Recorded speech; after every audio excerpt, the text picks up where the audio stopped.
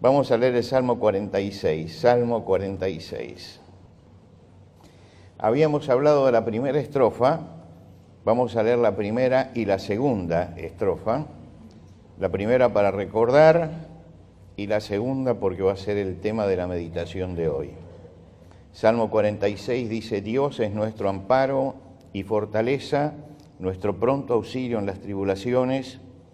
Por tanto no temeremos, aunque la tierra sea removida y se traspasen los montes al corazón del mar, aunque bramen y se turben sus aguas, y también los montes, y tiemblen los montes a causa de su braveza. Del río, sus corrientes alegran la ciudad de Dios, el santuario de las moradas del Altísimo. Dios está en medio de ella, no será conmovida. Dios la ayudará al clarear la mañana. Bramaron las naciones, titubearon los reinos, dio él su voz, se derritió la tierra. Jehová de los ejércitos está con nosotros, nuestro refugio es el Dios de Jacob. Hasta aquí nada más en la lectura de este salmo. Habíamos dicho el domingo pasado que para quienes atraviesan tiempos difíciles este salmo ha sido un refugio, sobre todo repetir las mismas palabras, las primeras palabras. Hay algo que es muy importante, que es la memorización, es algo que se está perdiendo en este tiempo, la memorización. Es decir, retener alguna de estas cosas y repetirlas. La memorización de algunas partes de la palabra de Dios es importante en nuestra vida para los momentos difíciles donde a veces no podemos recurrir a la Biblia. Y uno conoce y aprendió algunos pasajes de memoria que uno puede repetirlos y los repite y se acuerda en ese momento justamente de eso que la palabra de Dios dice. Bueno, uno de los pasajes que yo le diría que tenemos que recordar es este con el que comienza el Salmo. Dios es nuestro amparo y fortaleza, nuestro pronto auxilio en las tribulaciones, por tanto no temeremos. Si usted llega hasta allí y no se acuerda de la tierra que tiembla y todo lo demás, pero usted tiene allí la palabra de Dios para los momentos de angustia. Como dijimos, se dice que fue escrito en el tiempo del rey Ezequías, un rey temeroso de Dios. Los miércoles estamos estudiando justamente la vida de Ezequías, y la vida de Ezequías es fundamental. El miércoles pasado Ezequiel explicó algo acerca de que Dios es un Dios vincular. Él responde al vínculo y no a las circunstancias, ¿no? Y siempre ha sido así. Piénselo usted y después se va a dar cuenta que en la palabra de Dios siempre Dios responde al vínculo. Lo hago por amor a Moisés, por amor a Abraham, por amor a David, no a las circunstancias, sino porque hay alguien que vincula todo esto. Nuestra salvación es porque estamos vinculados a Jesucristo, somos salvos en Cristo, ¿no? Él tenía una vida realmente sana, santa delante de Dios, hacía lo que Dios quería, y sin embargo los asirios sitiaron Jerusalén e hicieron temblar aquella nación.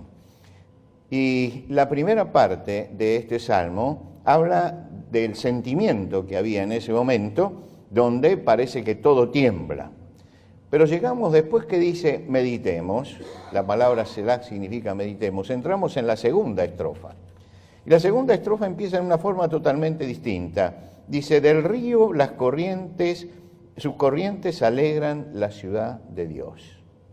Y parecería que el clima cambia. ¿Por qué? Porque hay un contraste. Primero tenemos la tierra que tiembla, tenemos los montes que se hunden, tenemos el mar embravecido, y como dijimos el domingo pasado, era la sociedad que tambalea. La sociedad que tambalea. Acá no se habla de terremotos, ni de maremotos, ni de tsunamis. Se está hablando de una sociedad que tambalea, y cuando la sociedad tambalea y uno siente que todo el piso se le mueve, entonces se describe todo esto, pero fíjese que ya en la primera estrofa, él dice: de eso no vamos a temer. Quiere decir que hay un canto de esperanza, que comienza con un canto de esperanza. Dios es nuestro amparo y fortaleza, y todo esto va a temblar. Pero no importa, nosotros no vamos a tener temor. La segunda estrofa gira alrededor de la presencia de Dios en nuestra vida.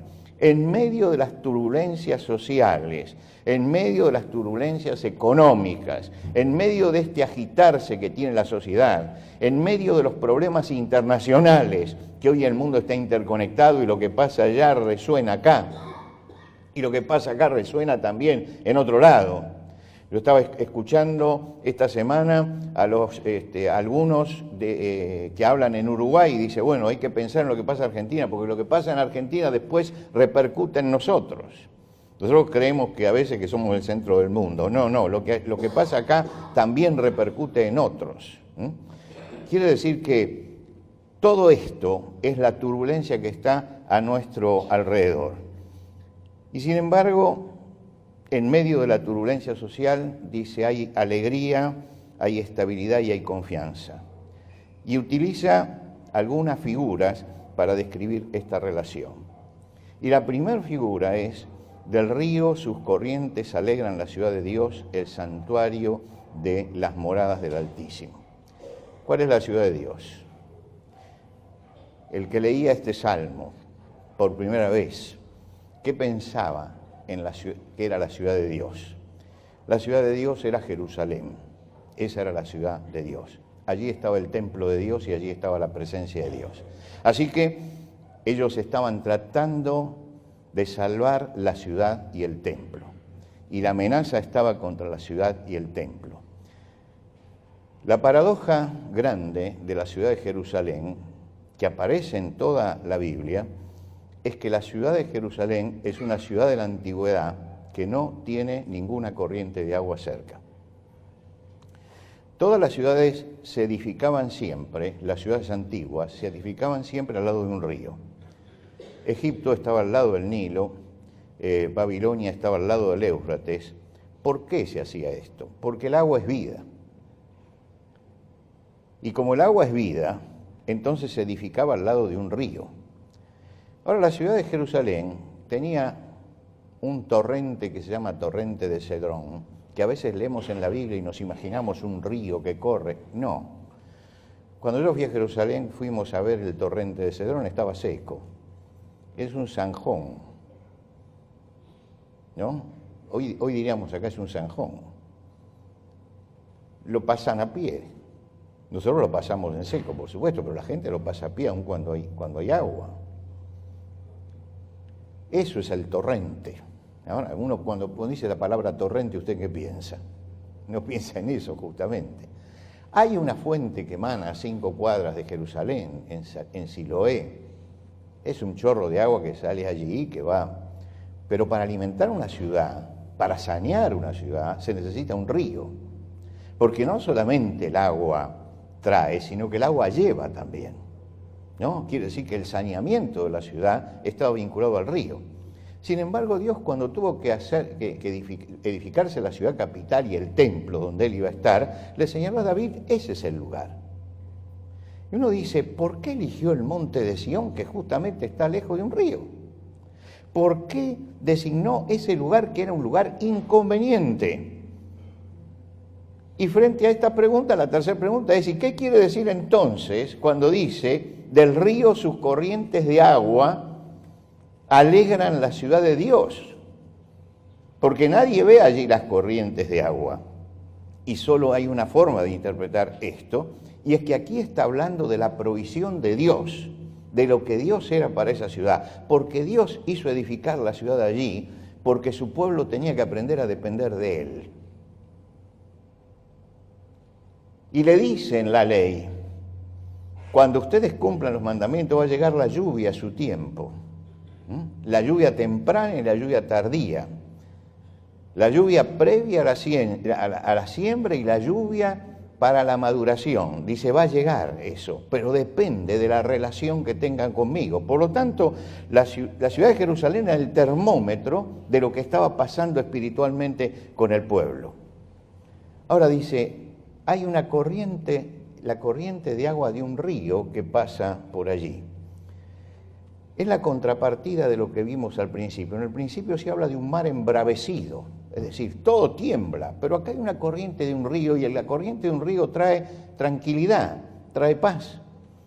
Yo tenía un amigo que estaba en un campamento hoy ya tiene mi edad y es un pastor de años, pero era muy jovencito y en aquel momento se iba a los campamentos con una guitarra. Y se iba solo a tocar la guitarra también, ¿no? Entonces había un río en el campamento, y él lo cuenta eso, y entonces él se va y se pone al lado del río solo, a orar. Y de pronto toma la guitarra y empieza a escribir una canción que después se hizo famosa, que decía: cual la quietud de un arroyo es la paz que yo siento cuando estoy con mi Jesús, ¿no? Esa canción que la cantó mi generación durante muchos años y la que vino detrás también, canta La quietud de un arroyo, surgió en ese momento, porque realmente la paz de Dios es como la quietud de un río que corre. El agua puede ser catastrófica, hay inundaciones, hay tifones, hay tsunamis, el agua para mucha gente es una maldición, el agua, pero también la lluvia que riega la tierra es una bendición, también hace germinar la semilla, mantiene la frescura y el agua es bendición. Y acá se habla de la paz de Dios como la bendición que corre en nuestra vida, que corre mansamente en nuestra vida. Él está usando una figura, la figura de que en medio de la turbulencia del mar uno puede tener la paz de Dios. Los jardines japoneses, en las casas de los jardines japoneses, en las casas tradicionales, uno le parece que el jardín es, me acuerdo que el jardín que visitamos japonés tenía una cantidad de ventanas que parecen todas iguales, todas blancas, pero cuando usted se detenía, todas las ventanas eran diferentes, todo lo que nosotros llamaríamos las rejas y todo eso tenían diferentes formas, todas. Y alguien que nos explicaba cuál era la mecánica de la arquitectura, nos decía: el hecho de que sean todas variadas es porque no hay monotonía aquí. Uno entra y parece que es todo monótono, pero cuando se para, ¿no?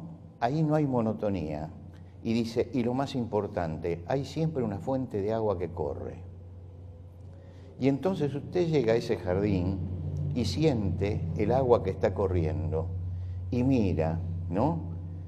Y entonces ve lo que no había visto cuando entró de golpe. Ves que hay una maravilla de variedad allí, pero la tiene que ver en la tranquilidad. ¿Y cómo logran ellos esa paz? Y nos decían, mire, esa tranquilidad se logra cuando hay agua que corre, cuando hay una fuente que está corriendo permanentemente. Y realmente cuando usted entraba allí, sentía que la paz estaba presente. Fíjese la importancia que tiene para ellos todo esto. Si usted va al jardín japonés aquí, en Buenos Aires, hay una corriente de agua allí, ¿no? Permanente.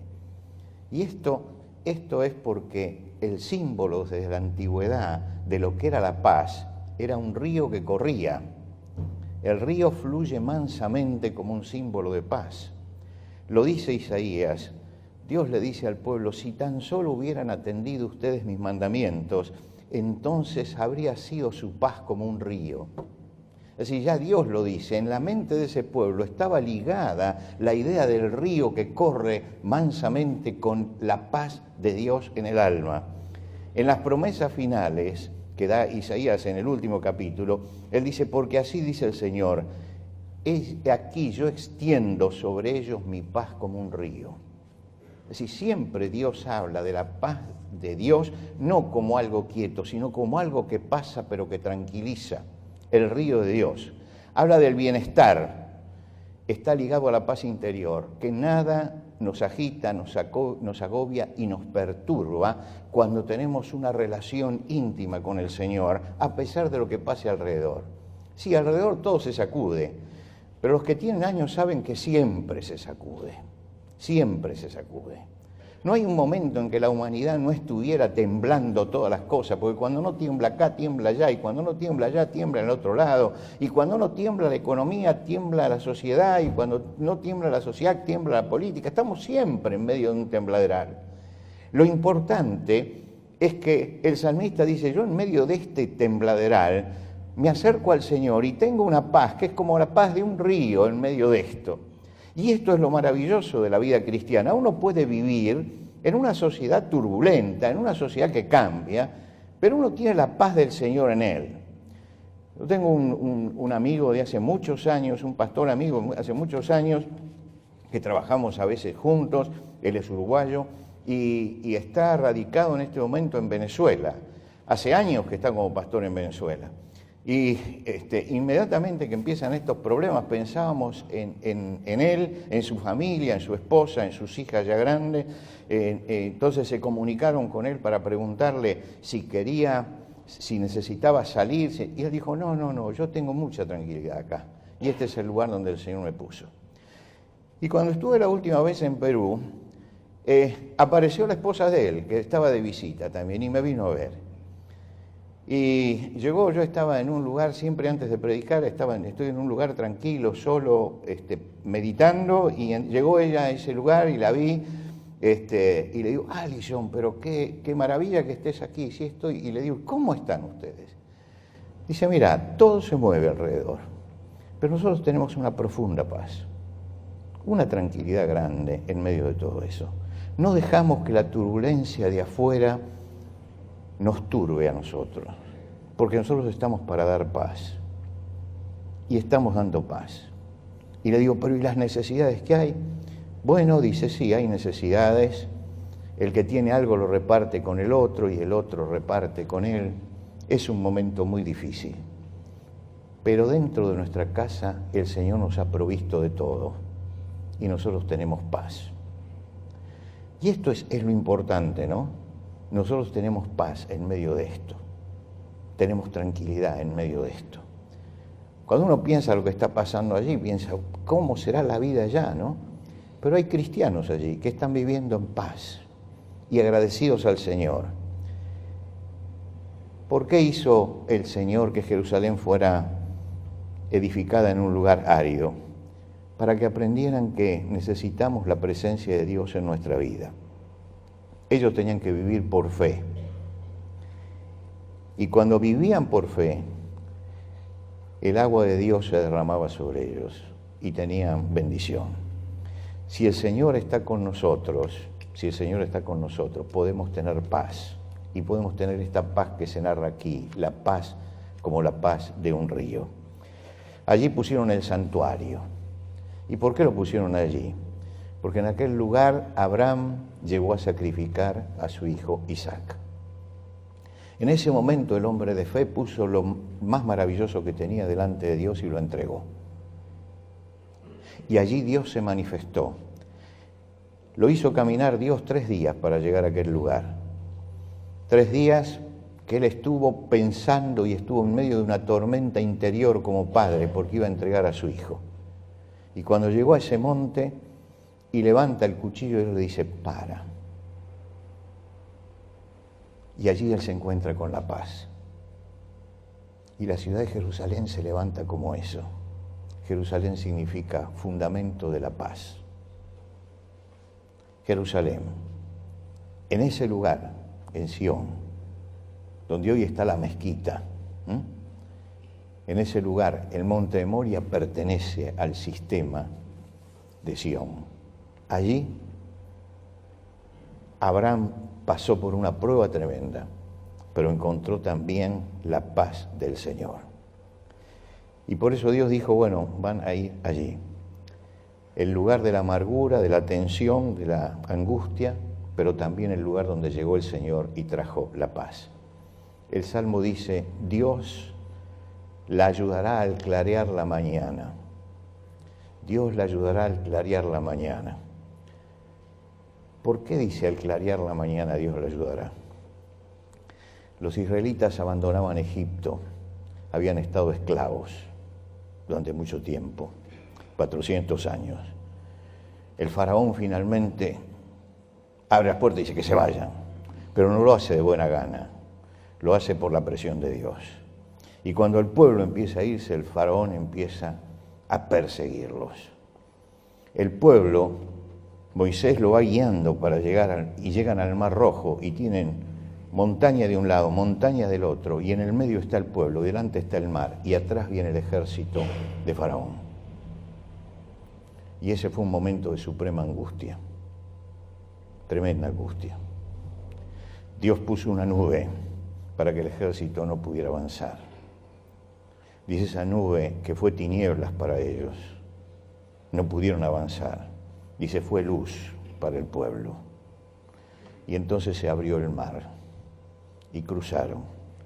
Y cuando cruzaron la nube se despejó y el ejército de Faraón entra corriendo y entra a pasar por el mismo lugar. Y dice, Moisés extendió su brazo sobre el mar y al amanecer el agua volvió a su cauce. Y ese amanecer se transformó para los israelitas en el momento en que Dios abre el camino y quita el pesar para siempre. Dios había dicho, nunca más los van a ver. Y les abrió el camino y les quitó para siempre eso. ¿Cuándo? Ese día al amanecer. Y ese amanecer para ellos fue el comienzo de la nueva vida. Fue el comienzo de la libertad. Fue cuando se sintieron realmente libres. Y recordaban eso. Y el salmista dice, Dios nos va a ayudar al clarear la mañana. Porque siempre hay una mañana en nuestra vida. Siempre hay un amanecer. El salmista está diciendo, hay tierra que tiembla, los montes se desbarrancan, el mar está embravecido, pero por encima está la bendición de Dios que se derrama. Mis hermanos, en el libro de Ezequiel hay una visión futura del templo de Dios. Y Ezequiel ve el templo y ve que del templo sale un río de agua. Y hay un río de frescura que sale desde la presencia de Dios para nosotros. ¿Qué seguridad puedo tener? Cuando miro la realidad sin fe, no hay seguridad, ninguna seguridad. Estamos en una sociedad árida, seca, peligrosa, no hay ríos visibles. Todo está entregado a la muerte. Pero cuando miro con fe, dice, bramaron las naciones, titubearon los reinos, dio él su voz, se derritió la tierra, el Señor de los ejércitos está con nosotros. Qué chocante esto del Señor de los ejércitos, ¿no? En general cuando uno piensa en los ejércitos, pero cuando se habla del ejército de Dios, ¿de qué se está hablando? Hay dos cosas, por lo menos en la Biblia, que habla del ejército de Dios. Dice que las estrellas son como el ejército de Dios que está allí en el cielo. Pero el ejército celestial son los seres angelicales que están con Dios, las huestes de Dios.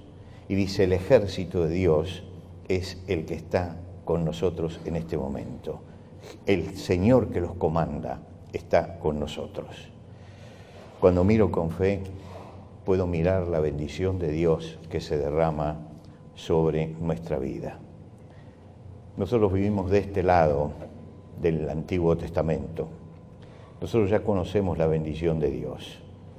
Zacarías, mirando hacia adelante, dice, en aquel tiempo habrá un manantial, en aquel tiempo.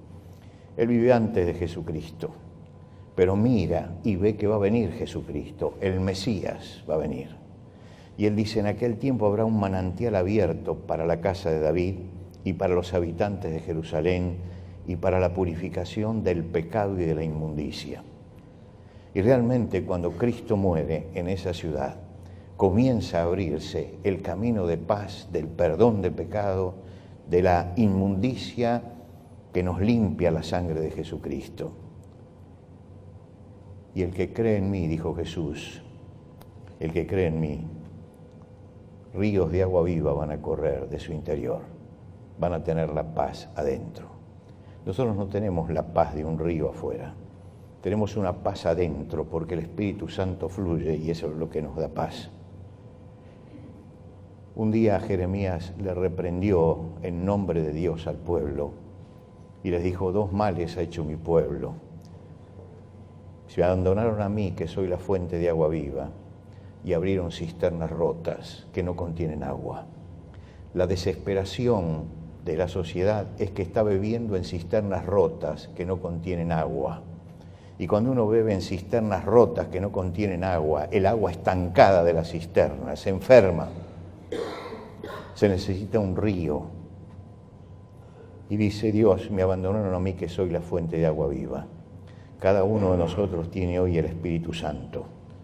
Es una fuente que emana y tenemos que buscar en la comunión con el Señor que esa fuente esté siempre activa y siempre emanando, porque el Espíritu Santo es lo que trae la paz y la tranquilidad a nuestra vida. Y esa fuente nunca nadie la logrará cerrar, porque esa fuente la abrió Jesucristo cuando murió por nosotros en la cruz. Gracias a Dios que tenemos ríos de agua viva y que podemos vivir en la paz del Señor. Nos ponemos de pie.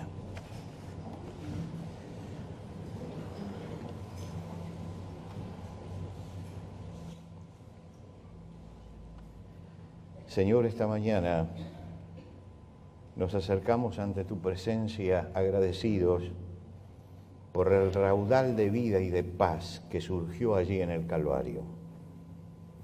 Agradecidos por la sangre derramada de Jesucristo que limpia nuestro corazón. Agradecidos porque tenemos paz contigo por medio del Señor Jesucristo. Y te rogamos, Padre, que el Espíritu Santo que mora en nosotros sea también en nosotros una fuente que emane continuamente aguas de vida para derramar a nuestro alrededor. Para que cada uno de nosotros sea allí donde está un mensajero de la paz tuya. Podamos llevar la paz donde no la hay, la paz donde hay angustia, la paz donde hay dolor, la paz donde hay pelea, la paz donde hay división, la paz tuya, Señor, esa paz conquistada para nosotros por el Señor y que hace que podamos derramar la paz a nuestro alrededor. Te pedimos como te pedía el hombre de la antigüedad. Haznos a cada uno de nosotros una herramienta de tu paz, para que podamos poner paz donde hay lucha, donde hay error, donde hay engaño. Ayúdanos, Señor, a ser mensajeros del Príncipe de Paz. Gracias, Señor, por la paz que tenemos al acercarnos a la presencia tuya. Te rogamos que este momento de tranquilidad y de paz en la presencia tuya podamos llevarlo con nosotros a nuestros hogares y que podamos vivir días de paz y de sosiego en la comunión contigo y en la intimidad de nuestro hogar. Y que podamos, Señor, llevar también la paz a quienes están junto a nosotros, que no tienen paz en su corazón. Te pedimos, Señor, por las personas que pueden estar acá y a lo mejor no tienen paz en su corazón, que esta mañana puedan encontrar en Jesucristo el único Salvador, aquel que dé paz a su corazón angustiado. Bendícenos, Señor, ahora al retirarnos y permítenos vivir una semana de comunión contigo y de fidelidad a ti. Te lo rogamos por Cristo Jesús. Amén. Amén.